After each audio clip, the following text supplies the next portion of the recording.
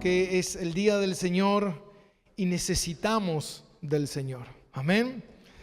Para continuar con nuestra serie que estamos viendo, yo quiero ir primeramente a Juan, capítulo 20, versículo... Corre un poquito, porque justo me pega en la hoja. Ahí estamos. Juan capítulo 20, versículo 31, y dice esto: pero estas se han escrito para que creáis que Jesús es el Cristo, el Hijo de Dios, y para que creyendo tengáis vida en su nombre. Juan, cuando escribió el Evangelio, lo escribió con ese propósito. Con el propósito de que la gloria de Cristo sea revelada, sea exaltada y nosotros podamos ver a Jesús y creer en Él. Uno puede decir, bueno, pero yo ya creo en Jesús. Y eso lo veremos hoy. Y cuando comenzamos esta serie que titulamos Viendo la Gloria de Cristo, en este mensaje, en esta predicación expositiva, este es el mensaje número 36 que llevamos del Evangelio de Juan y estamos en el capítulo 7, y yo titulé el mensaje de hoy: Jesús afirma que su doctrina es verdadera. Y estamos justamente en Juan capítulo 7 y vamos a leer desde el versículo 14 hasta el versículo 24, pero antes de ir a ese pasaje es muy importante que hagamos un poquito de contexto y recordemos de dónde veníamos. Para los que se están sumando, recordemos que estuvimos predicando hasta el capítulo 6 y ahí hicimos una pausa, tuvimos el mes de la Reforma y ahora arrancamos en el capítulo 7 y justamente hay un quiebre porque justamente el Señor estaba recorriendo la ciudad de Galilea predicando, y donde el Señor multiplicó los panes y los peces, alimentó a 20,000, caminó sobre las aguas, rescató a nuestro amigo Pedro, amén, que se estaba hundiendo. Y a partir de ese momento fue a Capernaum, y estando ahí en Capernaum vemos que hubo un lapso de 6 meses aproximadamente, donde Juan no relata, pero los demás evangelios sí, que el Señor estuvo 2 días con la multitud y estuvo 6 meses aproximadamente dedicándole un tiempo y un énfasis muy profundo a sus discípulos, donde el Señor justamente Él se revela y les muestra la gloria en la transfiguración, amén. Y muchas cosas suceden en esos 6 meses mientras Él está preparando a los discípulos, les revela que Él va a morir y los va preparando para las cosas que vendrían. Y a partir del capítulo 7 nos encontramos con que Jesús va a entrar en Jerusalén y va a ser la última vez que Él va a estar en Galilea, amén. Y Él va a ir a Jerusalén y va a estar en sus alrededores predicando, enseñando, amén. Y aquí ya entraríamos en los últimos meses, amén, porque justamente estamos en la celebración del tabernáculo, amén, y que calculamos es más o menos el 15 de noviembre aproximadamente, la fecha justamente donde nos encontramos en este momento. Y recordemos que Cristo es crucificado en abril, en Pascua, amén. Así que justamente estaríamos transitando, si pensáramos en el tiempo, más o menos noviembre, diciembre, justamente estos meses hasta Pascua, en el momento que nos encontramos con Juan, amén. Y en esa oportunidad, sus hermanos que se encontraban con él ahí le dicen: ¿por qué no subes ahora a la celebración y te muestras y le muestras al mundo quién tú eres y todo lo que tú haces? Y él dice: mi tiempo todavía no ha llegado. Y lo que Jesús estaba hablando justamente de ese tiempo era del tiempo específico, del día y la hora que él estaba esperando del Padre para subir a la celebración. Recordemos que los judíos tenían 3 fiestas muy importantes. La fiesta de las Pascuas, la fiesta del Tabernáculo y la fiesta de Pentecostés. Eran 3 fiestas que normalmente los varones estaban obligados a asistir, así que mucha gente se reunía de diferentes lugares, asistían a Jerusalén en esa semana de celebración.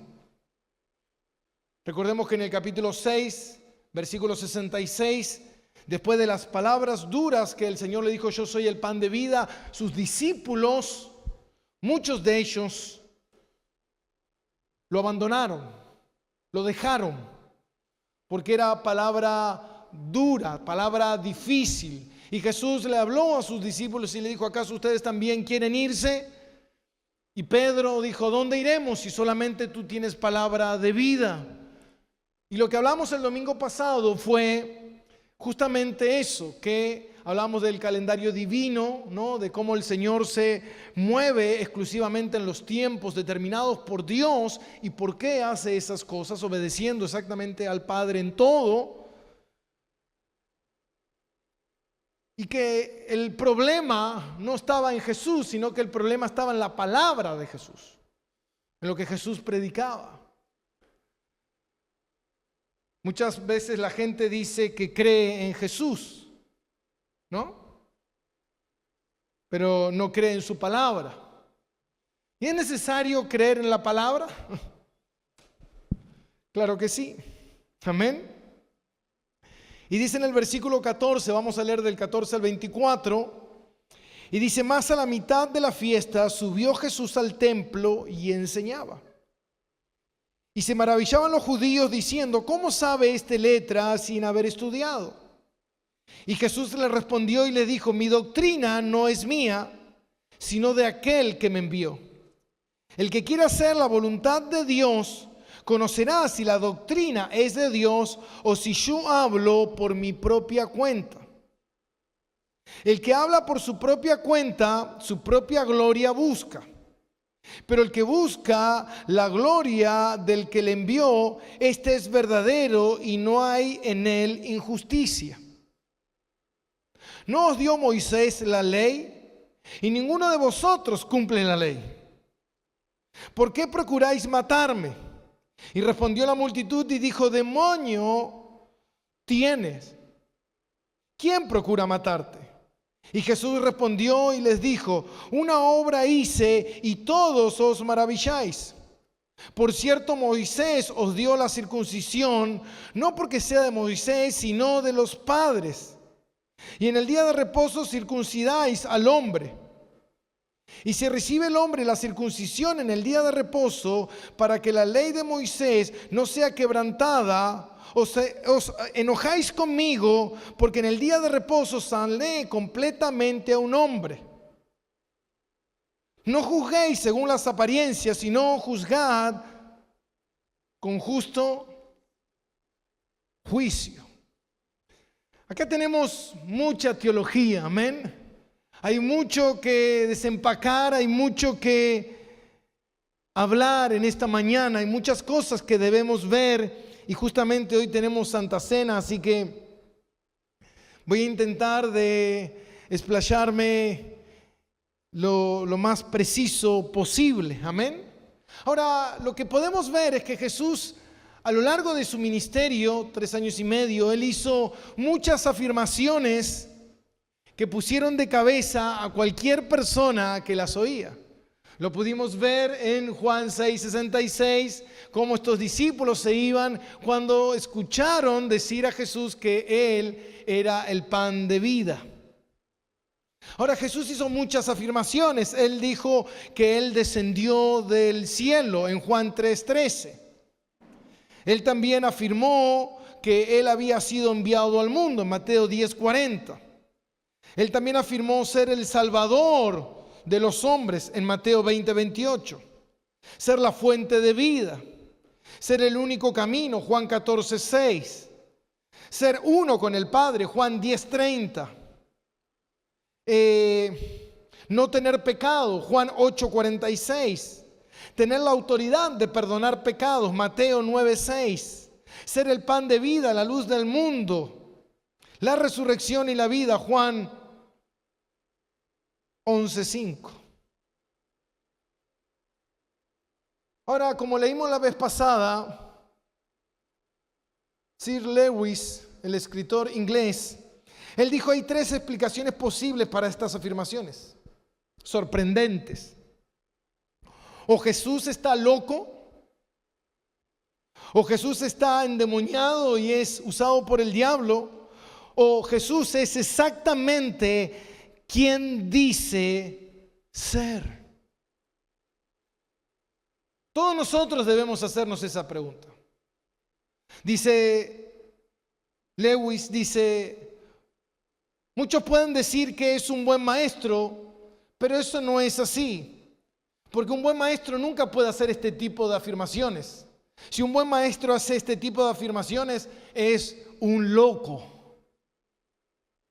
Porque ningún buen maestro dice que él y Dios son uno, o que él descendió del cielo, amén, o que él perdona pecados. Las afirmaciones de Jesús eran completamente explosivas. Jesús siempre que hablaba, él dividía. Por un lado los que creían y por otro lado los que lo rechazaban. Siempre decimos, cuando predicamos fielmente la palabra de Dios ablanda a unos y endurece a otros. Es el fuego que derrite la cera, también es el fuego que endurece el hierro. Juan el Bautista dijo en Juan 1:29, he aquí, ¿se acuerdan? He aquí el Cordero de Dios, el que quita el pecado del mundo. Pero si vamos también a Juan capítulo 5, versículo 38, nos encontramos con esto que ya lo hemos visto. Cuando Jesús confrontaba a los líderes, cuando Jesús confrontaba a las multitudes, no tenéis su palabra morando en vosotros. ¿Qué palabra está hablando aquí? La palabra de Dios. Amén. Ellos decían que tenían la palabra de Dios. No tenéis su palabra morando en vosotros, porque a quien Él envió, vosotros no creéis. Escudriñad las Escrituras, porque a vosotros os parece que en ella tenéis la vida eterna, y ellas son las que dan testimonio de mí. Y no queréis venir a mí para que tengáis vida. Versículo 43. Yo he venido en nombre de mi Padre. ¿Y qué? Y no me reciben. Estas personas afirmaban tener la palabra de Dios, afirmaban tener a Dios. Miren este contexto. Jesús, a la mitad de la celebración, Él sube a Jerusalén, y en ese momento que Él sube, lo encontramos en el templo. Ahora, ¿por qué justamente subió a la mitad de la fiesta? Nosotros, o muchos teólogos, creen que Jesús muy probablemente subió a la mitad de la celebración, porque si subía con la multitud, estaría tal vez adelantando, ¿se acuerdan? La entrada triunfal que tuvo Él en la última semana, en Pascua. Si Él entraría con la multitud, muchos ya lo estaban esperando. Muchos se preguntaban en la fiesta de el tabernáculo, de los tabernáculos, ¿dónde estaba Jesús? Y todos se preguntaban y todos hablaban de Él y todos estaban cuchicheando, y los líderes estaban atentos para tomar prisionero a Jesús. Ya la intención ya estaba, la intención de matarlo, de arrestarlo, de enmudecerlo, de callarlo ya estaba. Cuando empezó la celebración, todos estaban buscando a Jesús, pero Jesús no estaba.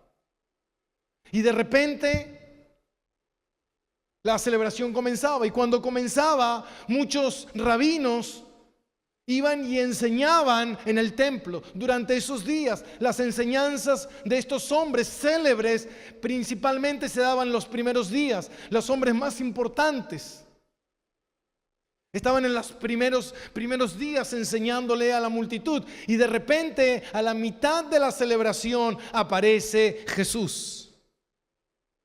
Dice que Él subió de manera secreta.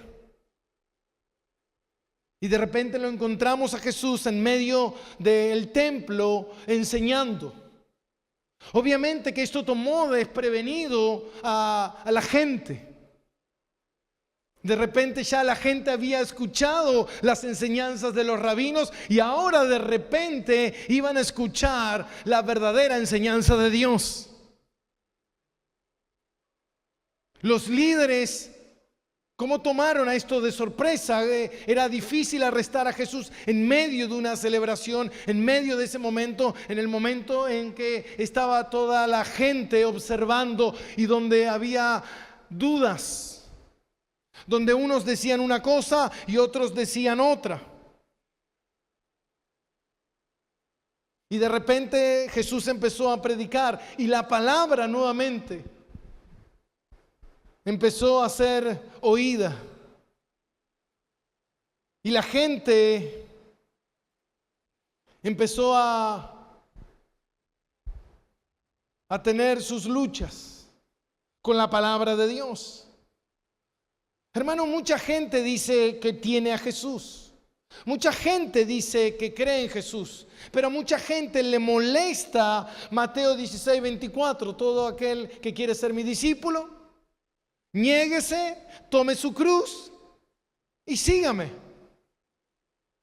Y eso molesta. No, yo quiero seguir a Jesús, pero yo quiero seguir a Jesús en mis términos. Yo quiero seguir a Jesús y ser un creyente a mi manera. Por eso dice la palabra de Dios en Lucas 6:46. ¿Por qué me dicen Señor, Señor, si no hacen lo que digo?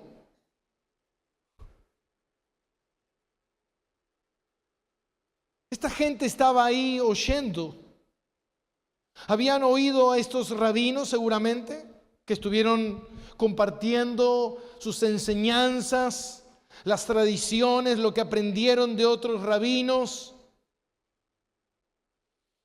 Pero de repente Jesús aparece en escena y Jesús empieza a predicar y muchos se preguntaban, ¿será que es bueno o malo? ¿Será que es el Mesías como dice ser? ¿Será que es el pan de vida? Y de repente hubo división en la multitud. Y dice que cuando estaba predicando, se maravillaron al oírlo, se sorprendieron. No era un asombro de gozo o de alegría, sino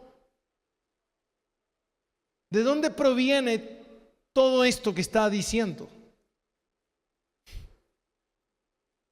Recuerden que cuando Jesús predicó el Sermón del Monte, al final la gente decía en Mateo 7:28, mire, vayamos a Mateo 7:28.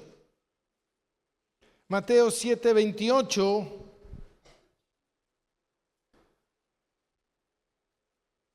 Y cuando terminó Jesús estas palabras, la gente se admiraba de su doctrina, porque les enseñaba como quien tiene autoridad y no como los escribas. Ya los escribas habían enseñado, amén. Ahora le toca al Señor enseñar. Y cuando el Señor estaba enseñando, la gente se maravillaba. Los líderes se maravillaban. ¿Qué es esta forma de enseñanza? Era una enseñanza que ellos no podían refutar. Era una enseñanza que completamente los desnudaba y les mostraba su condición ante Dios. Y todo ese disfraz que ellos tenían se caía.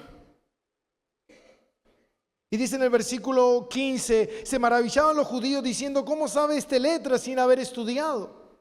Y Jesús le respondió y dijo, mi doctrina no es mía, sino de aquel que me envió. Yo creo que solamente con ese pasaje podría estar meses predicando. Entonces yo cuando estaba estudiando esto, digo, Señor, ¿cómo hago para simplemente en 5 minutos poder plasmar algo de esto? Y estuve muchos días analizando. Y yo dije, quiero ser lo más sencillo, explicativo, y de qué manera yo estaba disfrutando justamente ese pasaje. Cuando Jesús dijo, mi doctrina no es mía. Porque ellos se maravillaban de lo que estaba enseñando. Ellos decían, ¿cómo puede saber este hombre todo esto si él no estudió en ninguna escuela rabínica que había en el momento? Y Jesús le dijo, lo que yo les estoy enseñando no es mío esto. Esta doctrina no es mía. Entonces ahí me surgió algo y yo pensaba y decía, si yo escuchara esto, lo que yo me tendría que preguntar, ¿y mi doctrina?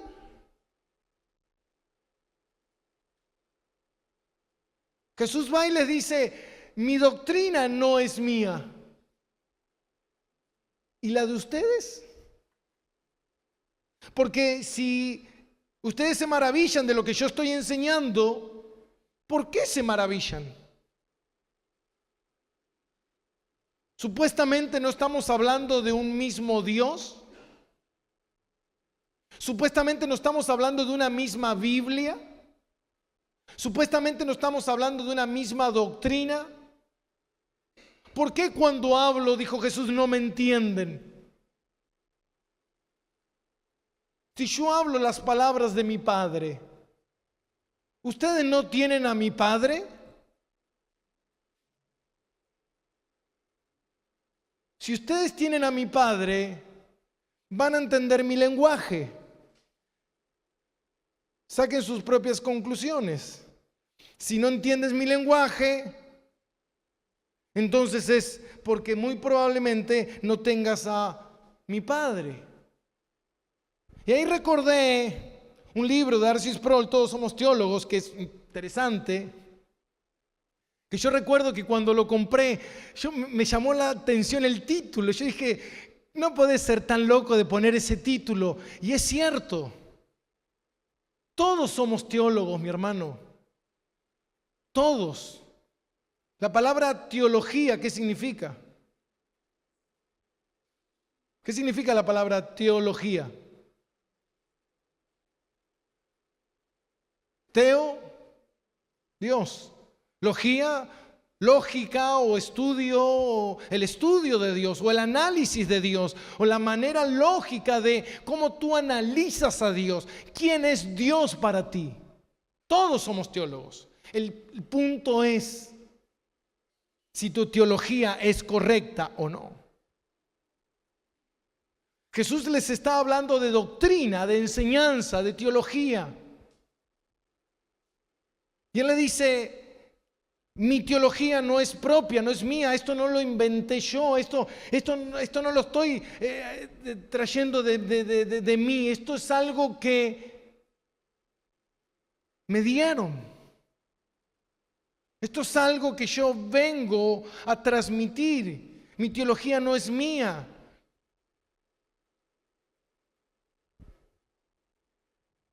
Entonces la pregunta que nos deberíamos hacer, entonces, ¿quién te envió?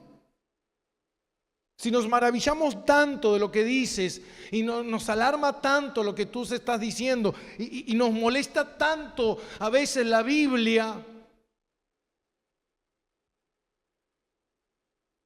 porque yo a veces escucho gente que se alarma cuando dice el apóstol Pablo, dice, no permito a la mujer enseñar en la congregación, y la gente se alarma. O todo lo que Dios unió no lo separa el hombre, y la gente se alarma. Entonces vos ves tantas alarmas de la gente y vos decís, pero la pregunta es ¿por qué?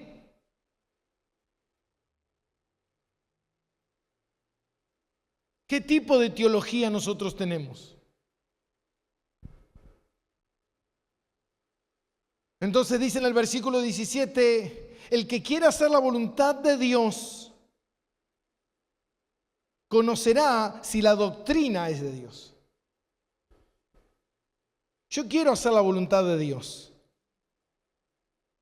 Ahora conocerá, ¿qué le está diciendo Jesús? Si lo que yo estoy hablando, ¿de dónde proviene? ¿Ustedes quieren hacer la voluntad de Dios? ¿Ustedes quieren conocer a Dios? Sí, yo quiero conocer a Dios. Bueno, hay que hacer algo para conocer a Dios. Es humillarse ante la palabra de Dios. Decía MacArthur, dice, si nosotros simplemente nos humilláramos ante la palabra de Dios, ahí podríamos ver la voluntad revelada de Dios.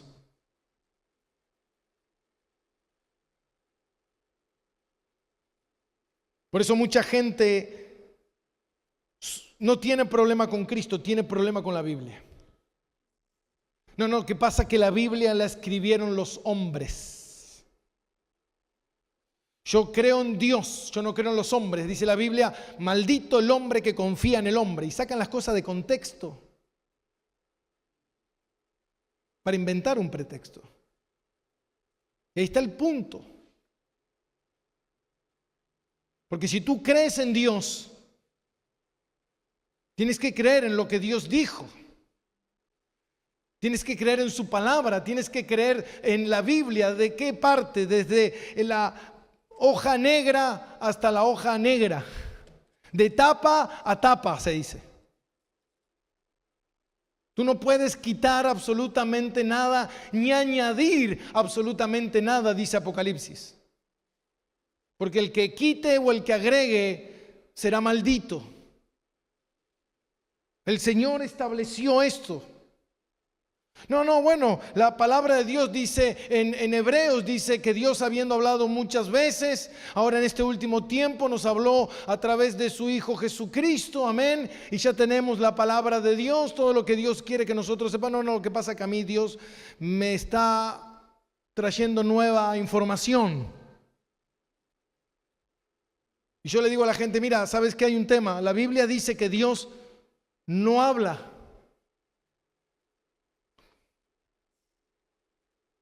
¿Que está mudo? Piénsalo como quieras. Dios no habla. Dios no nos habla más. Cuando Dios hable de nuevo, ahí te darás cuenta. Porque lo oirás. Todo el mundo lo oirá. Los muertos serán llamados a resurrección. Amén. Y escucharemos su voz como trueno, amén. Ahora, Dios ya habló lo que tenía que hablar, todo lo que necesitamos saber está aquí. No. Entonces, ¿qué sucede en ese momento? Yo lo que estoy diciendo es, ¿sabes qué? Mi doctrina es diferente. Mi doctrina es distinta. Ahora, Jesús le estaba diciendo, el que quiere hacer la voluntad de Dios y conocer si la doctrina que yo estoy hablando es mía o es del Padre, amén. Esto fue un reto, obviamente, para la gente que estaba escuchando, pero no era una locura, porque eso es algo bíblico. Y lo podemos encontrar en Deuteronomio 4:29. Jesús dijo, si buscares de todo corazón a Jehová, ¿qué va a ocurrir? Él será ¿qué? Hallado. Si buscares de todo corazón, Él será hallado. Él les estaba diciendo, si ustedes realmente quieren saber si lo que yo estoy haciendo, si lo que yo estoy diciendo proviene de Dios, sométanse a Dios. Sométanse a su palabra. Y verán verdaderamente que lo que yo le estoy hablando no es nada fuera de las Escrituras. Yo les estoy hablando la palabra de Dios. Entonces dice en el versículo 18, el que habla por su propia cuenta, su propia gloria busca. Pero el que busca la gloria del que le envió, este es verdadero y no hay en él injusticia. ¿Qué era lo que ellos hablaban? Los rabinos, lo que ellos hablaban eran las tradiciones, eran lo que otros rabinos le habían enseñado. Era lo que ellos distorsionaban de las cosas de Dios, las cosas sacadas de contexto, las cosas que ellos inventaban para poder hacer el evangelio a su antojo. Pero no era la palabra de Dios, no era la verdad de Dios. Por eso esta es una característica muy factible en los falsos maestros. Que los falsos maestros no hablan de Dios, sino hablan de quién. Escuche. Hablan de ellos, del poder que ellos tienen, de la revelación que ellos tienen, de lo importante que ellos son, de todo lo que ellos pueden ayudarte, de todo lo que ellos saben. Pero ¿sabe qué, mi hermano? Yo lo único que te puedo decir es que yo no sé nada. El único que sabe es Dios y su palabra. Yo soy un pecador hablando la santa palabra de Dios, solamente eso. Soy como un micrófono, este micrófono no tiene vida, este micrófono lo único que hace es transmitir lo que yo estoy diciendo. Yo soy un micrófono que simplemente voy a hablar por mandato de Dios, porque como dijo Pablo, si no hiciera esto, amén, no puedo hacer otra cosa, necesito hacer esto, ¿qué? Predicar su palabra. Pero el falso maestro, él tiene palabras de él, no palabras de Dios, no palabras de la Biblia. No la Biblia, no palabras de la Biblia, guarda, la Biblia. Porque muchos usan la Biblia como instrumento de piedad, la palabra de Dios, la utilizan para ganancias deshonestas.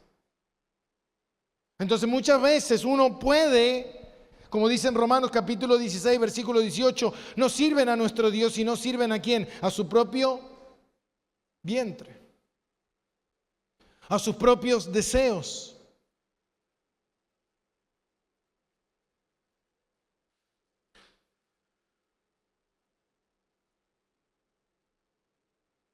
Pablo no hablaba de él, sino hablaba de que él era un, ¿qué? Un esclavo, un dulos. Y él hablaba de quién? De su Señor. Amén. Y dice en el versículo 19, dice, no os dio Moisés la ley y ninguno de vosotros la cumple. ¿Por qué procuráis matarme? Jesús aquí en este momento, él les estaba diciendo directamente que ustedes se jactan de la ley, pero ustedes no cumplen la ley. Escuchen esto. Ellos se jactaban de la ley, pero ellos no cumplían la ley. Y Jesús les está diciendo, ustedes son pecadores. Hoy en las iglesias emocionalistas no hables de pecado porque hieres a la gente, amén. Se enojan los hermanos. Es como que hay alguien que me diga a mí, ¿sabes qué, pastor? Tú eres un pecador. ¿En serio? No me había dado cuenta, ¿ah? Quédate tranquilo que todas las mañanas cuando voy a la presencia de Dios lo primero que veo es mi pecado.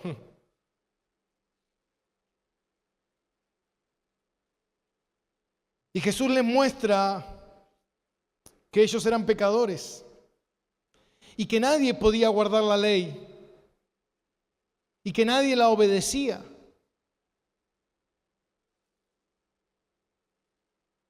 Ahora, ellos habían tomado la ley como el camino de la salvación. Ese es el tema. Ellos habían distorsionado la Biblia y ellos habían tomado la ley como el camino de salvación. Ellos creían que cumplían la ley, por ende ellos eran salvos.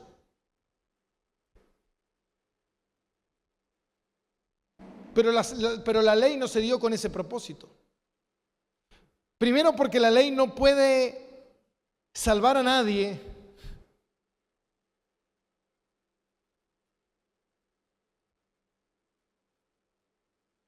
La ley no salva ni puede salvar a nadie. Sino que la ley tiene un propósito y el propósito de la ley es revelarnos nuestro pecado. Entonces, ¿qué hace la ley? No, la ley lo que dice es que tú eres un pecador. Ah, buenísimo. Y creo que es suficiente.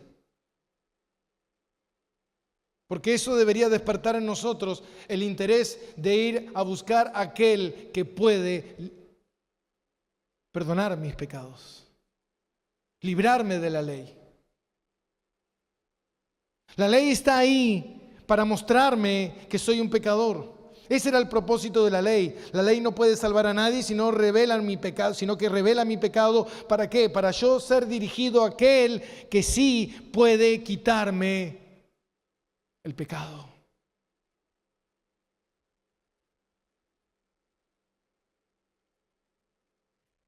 ¿Qué dijo Juan el Bautista? Juan 1 al principio. He aquí la ley. Aquí tienen a la ley. He aquí el Cordero de Dios que quita sus pecados.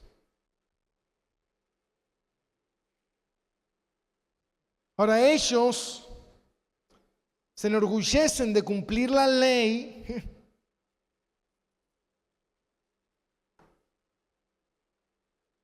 pero toda la ley se cumple en una cosa. ¿En cuál? En el amor. Ama a Dios y ama a tu prójimo. Amén.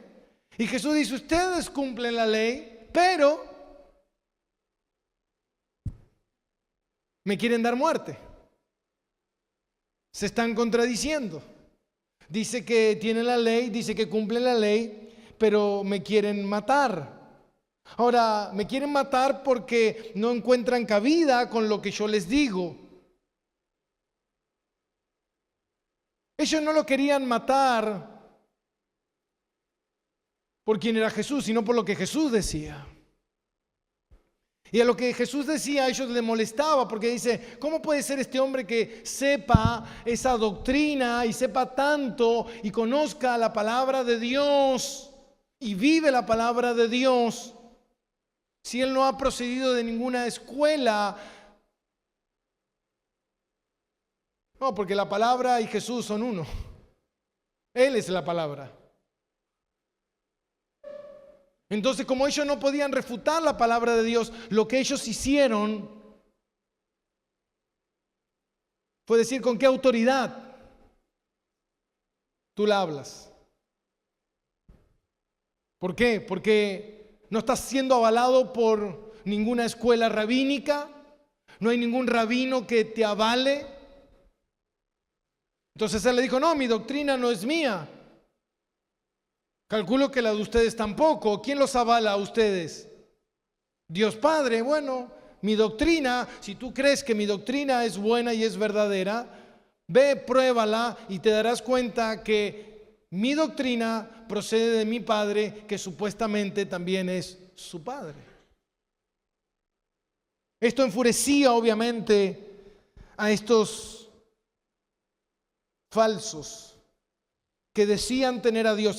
Hermano, imagínense que Jesús está en Jerusalén, amén, en Tierra Santa, en el templo de Dios, donde estaba la palabra de Dios dada a su pueblo, en el idioma de ellos, único en el mundo. Amén. Estaban ahí, el centro de adoración. Los prosélitos, las personas que querían ser salvas, tenían que ir ¿a dónde? a Jerusalén y convertirse, amén. ¿Se acuerda la historia del etíope? Amén. Iban hasta allá, hacían largos viajes, amén. Ahora estaban ahí. Ellos administraban las cosas de Dios, ellos tenían las cosas de Dios, ellos hablaban de Dios, ellos eran los hombres de Dios. Pero ellos no tenían a Dios. Y eso es re loco. No tenían a Dios. Jesús les dijo, mi palabra no mora en ustedes. Pero ¿cómo no? Yo estudio la Biblia todo el día. Yo leo la Biblia todo el día. Pero la estudias todo el día para distorsionarla todo el día, para que la Biblia diga lo que tú quieres que diga, para que avale tu incredulidad y tu pecado. Pero la Biblia lo que hace es desarmarte, mi hermano. Es romper toda tu estructura, toda tu creencia. Por eso es dura esta palabra, es difícil esta palabra, le dijeron los discípulos. Es difícil de digerir, pero ¿dónde iremos? Porque a pesar de que sea dura, es una palabra que me atrapa. ¿Por qué me atrapa? Porque la palabra tiene un imán y hay otro imán del otro lado. ¿De dónde? Es como que hay algo, amén. No sé si alguna vez usted jugó con los imanes. Yo que se atraen, ¡tac!, y se pegan. Hay algo que se pega a mí, no puedo desprender este libro de mí, no puedo. ¿Por qué? Porque este libro fue inspirado por el mismo que mora en mi interior. Puede haber cosas en este libro difíciles de entender, pero me agrada querer entenderlo. Me amo este libro, mi hermano. Yo muchas veces, yo le cuento esto en secreto, usted no se lo cuente a nadie, pero muchas veces yo estoy en mi casa y cuando estoy orando y termino de orar y estoy entre lágrimas, agarro la Biblia, la abrazo y lloro y la beso. Me dice, ¿por qué hace eso, pastor? Porque amo su palabra. Porque su palabra es vida. Y me duele muchas veces, porque me hace ver mi pecado, pero sé que es necesario. Estos hombres no caían rendidos a Jesús. Estos hombres querían matar a Jesús por lo que escuchaban. Y le dijeron, demonios tienes. ¿Quién procura matarte? Ya pudimos ver tiempo después, ¿no?, lo que sucede. Y respondió esa multitud a la incredulidad que ellos tenían a Dios. Hermano, ellos tenían la Biblia y de repente encontramos con la Biblia viva y la destruyeron, la mataron, la enmudecieron. Entonces no tenían ninguna Biblia.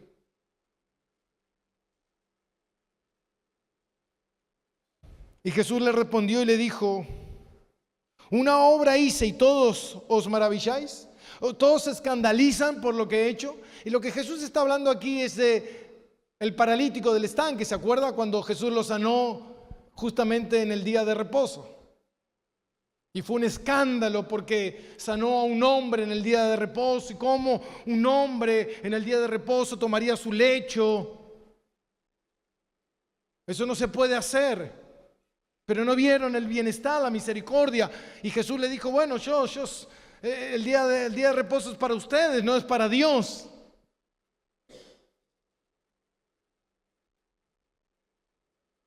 Y ellos malentendieron el día de reposo. Porque el día de reposo es para mostrar ¿qué? Misericordia. El día de reposo es para darle gloria a Dios.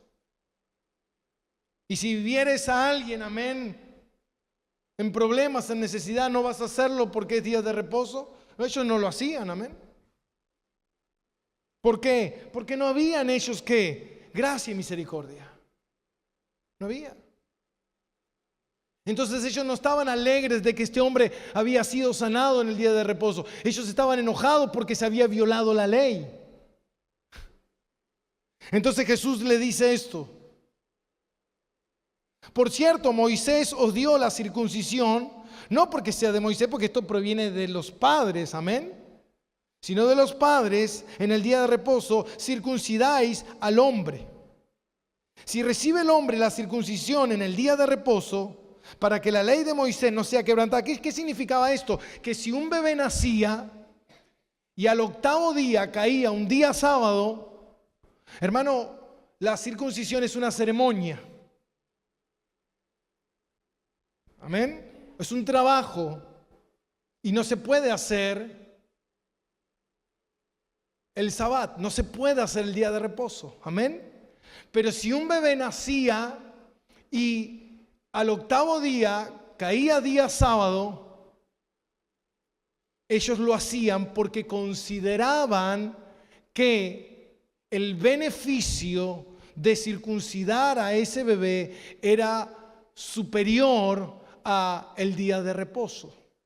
Es como que no estarían violando el día de reposo porque estaban haciendo una obra aún mucho mejor, obedeciendo la circuncisión. ¿Se entiende? Que precede. ¿Se entiende lo que estoy diciendo?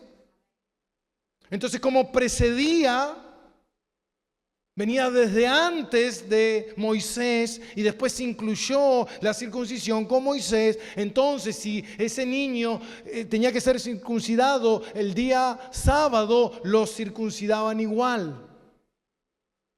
Entonces Jesús les dice eso.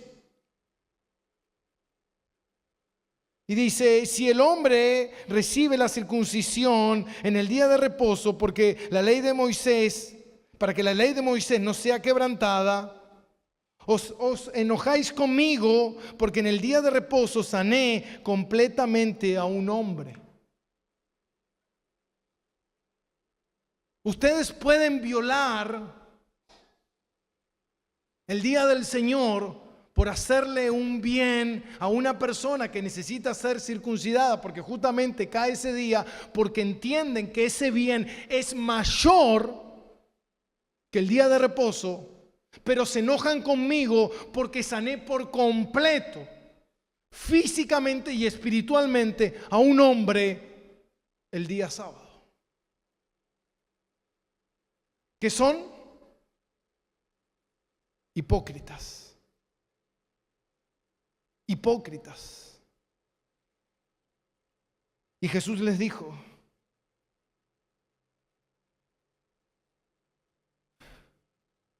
si el hombre recibe la circuncisión en el día de reposo para que la ley de Moisés no sea quebrantada, os enojáis conmigo porque en el día de reposo sané a un hombre completamente. Versículo 24, no juzguéis según las apariencias, sino juzgáis con justo juicio. Ahora, una obra que Jesús hizo fue suficiente para mostrarles quién Él era. Esta gente los juzgaba con maldad y con injusticia, siendo que Él no había obrado con injusticia. Al contrario, Él había obrado ¿con qué? Con misericordia. Él había obrado con misericordia. Ustedes, para no quebrantar la ley, circuncidan al niño, siendo que está prohibido, o está prohibido circuncidar a un niño en el día de reposo. Pero si ese niño justamente el octavo día caía ese día de reposo, ellos consideraban superior por el bien que se le estaba haciendo a la persona, circuncidarla, como algo extraordinario, ¿se entiende? Como algo extraordinario. Pero ustedes se enojan conmigo, dice el Señor, porque yo he sanado completamente a un hombre que necesitaba en un día de reposo.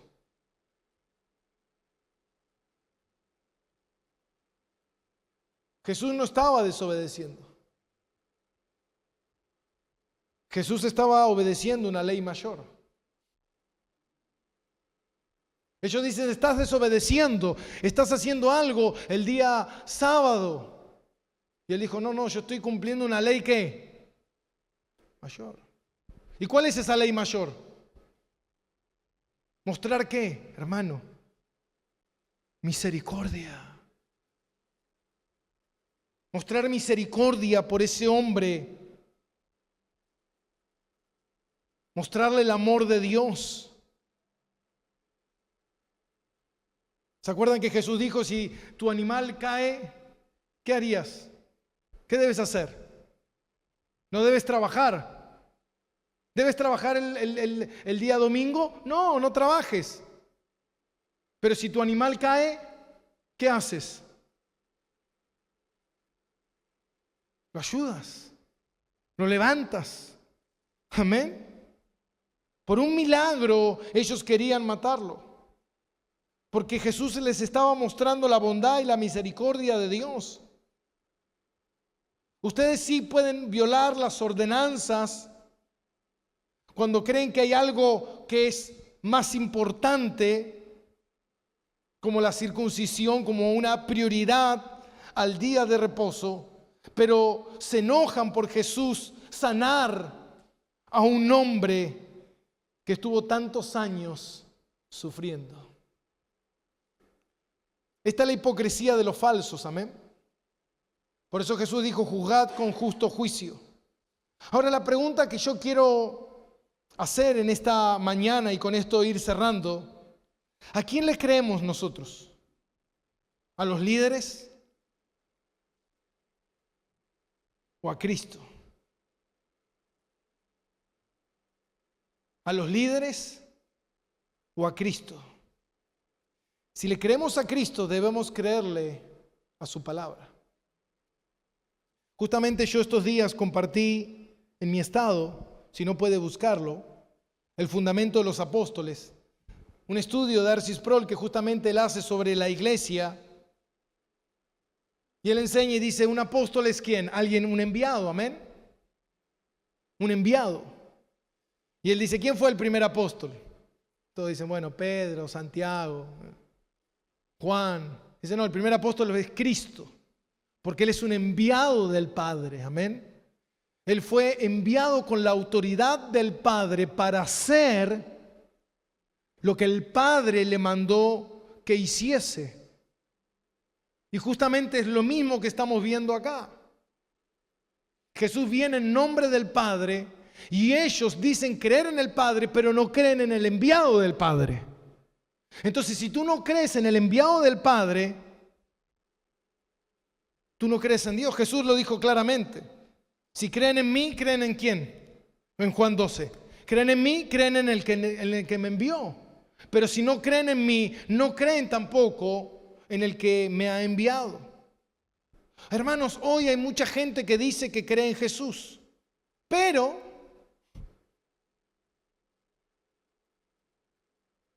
maravillosamente, como podrían decir ellos, extraordinariamente, no creen en la totalidad de su palabra.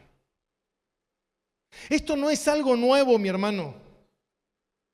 Muchos no creen en los apóstoles. Muchos creen que los apóstoles son machistas. Muchos creen que los apóstoles son autoritarios. Muchos creen que los apóstoles tenían que ver con el tiempo justamente en el que ellos estaban viviendo. Y esto no fue algo nuevo, porque justamente en el tiempo del gnosticismo pasó esto.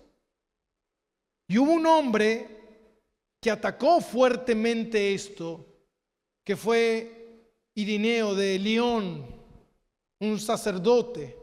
Amén, en el siglo II. ¿Y quién era Irineo? Irineo era discípulo de Policarpo, uno de los primeros padres de la iglesia. ¿Y Policarpo quién era? Policarpo era discípulo de Juan, justamente que estamos leyendo hoy. Y Juan era discípulo de Cristo, y Cristo era discípulo del Padre. ¿Sabe cómo se conoce eso en teología? Eslabones. La cadena de oro se conoce. Entonces, si yo hoy, por eso es muy importante, si usted se congrega en una iglesia, si esa iglesia cree en el fundamento de los apóstoles. Porque muchos dicen, sí, yo creo en Cristo, yo creo en Dios. La pregunta es, ¿crees en los apóstoles? ¿Crees en el fundamento de los apóstoles? ¿Es necesario creer en el fundamento de los apóstoles? Hermano, si yo no creo en Jesús, entonces no creo en Dios. Si yo creo en Dios, creo en Jesús, también debo creer en los apóstoles. Por eso dice la palabra de Dios en Juan 17:20, Jesús cuando oró en el monte de los olivos, ¿se acuerdan? Y dijo más, no ruego solamente por esto, sino por los que han de creer en mí por la palabra de ellos. Los apóstoles eran ¿qué? Enviados del Señor Jesucristo. Si yo no creo en los apóstoles, entonces, y estas son las palabras de Irineo, y dijo esto: si rechazas la autoridad de los apóstoles, estás rechazando la autoridad de Cristo y por ende estás rechazando ¿a quién? A Dios. ¿Y cómo rechazo yo a los apóstoles? Cuando rechazo la Biblia, mi hermano. Cuando rechazo la totalidad de las Escrituras. Cuando yo estoy rechazando las Escrituras, estoy rechazando la doctrina de los apóstoles. ¿Cómo debe ser un pastor? Amén. Bueno, no, porque a mí Dios me llamó.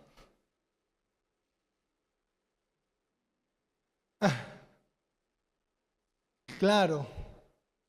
¿Cómo fue eso? ¿Cómo lo puedo comprobar yo eso? Que Dios te llamó. Amén. Si alguno anhela obispado, buena obra desea, dice la palabra, ¿o no? Bien. Pero tranquilo, igual tenemos la palabra fiel y segura del Señor. Amén. Entonces, ¿qué hacemos? Vamos a los requisitos. Justamente lo que estamos viendo con nuestros amados hermanos los días jueves. Amén. Palabra fiel, si alguno anhela obispado, 1 de Timoteo 3, versículo 1, pero es necesario que el obispo sea irreprensible. Amén. Que no tenga denuncias ni acusaciones. Marido de una sola mujer, amén.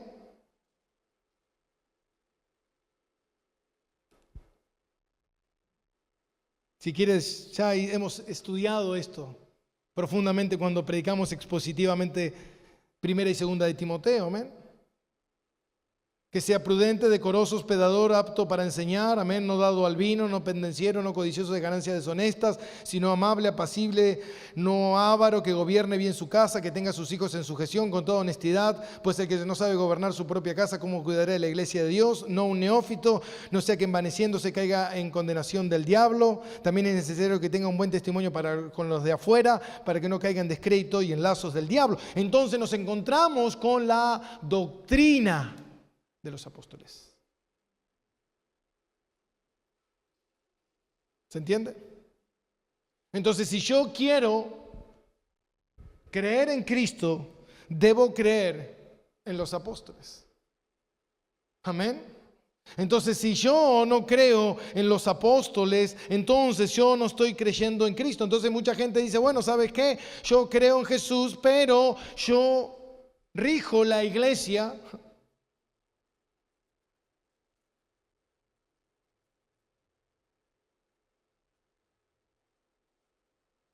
como yo quiero. Como tú quieres, entonces es tu iglesia. Porque dice justamente la palabra de Dios en 1 Timoteo 3:15, dice, cuando le escribe Pablo a Timoteo, y no solamente le está escribiendo a Timoteo, sino le está escribiendo a las iglesias, para que si me tardo sepas cómo debes conducirte en la casa de Dios, que es la iglesia del Dios viviente, la iglesia del Dios viviente, columna y baluarte de la verdad, amén. Cómo debes conducirte, no como tú quieras conducirte, sino cómo debes conducirte. ¿Y cómo debo conducirme? Como dice la palabra.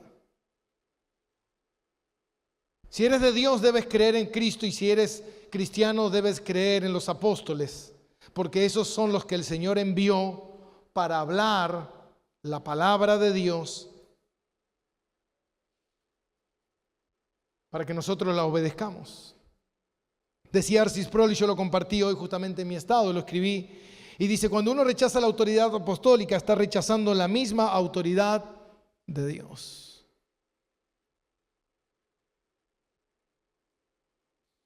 ¿Quieres saber si una iglesia es bíblica?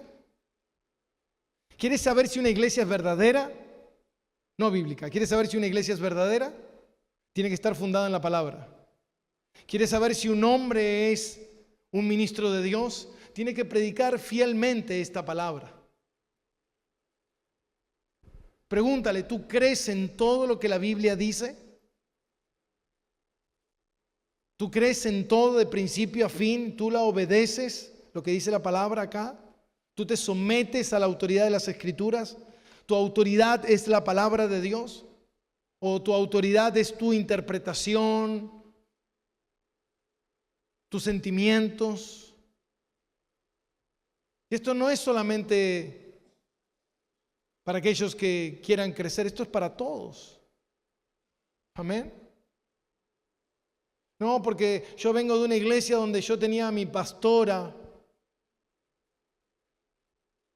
Lee la Biblia. No, pastor. Un día vino una persona y me dijo, ¿ustedes tienen pastoras acá? No, en la Biblia no tenemos pastoras. No acá, en la Biblia no tenemos pastoras. No, pero eso es algo antiguísimo. La palabra es atemporal, amén, no tiene tiempo la palabra. La palabra fue escrita hace 2000 años, la palabra de la misma manera es la autoridad hoy. Amén. Y Dios no nos dio una doctrina nueva como los mormones, como los adventistas. Nosotros nos regimos por esta doctrina, por la doctrina de los apóstoles.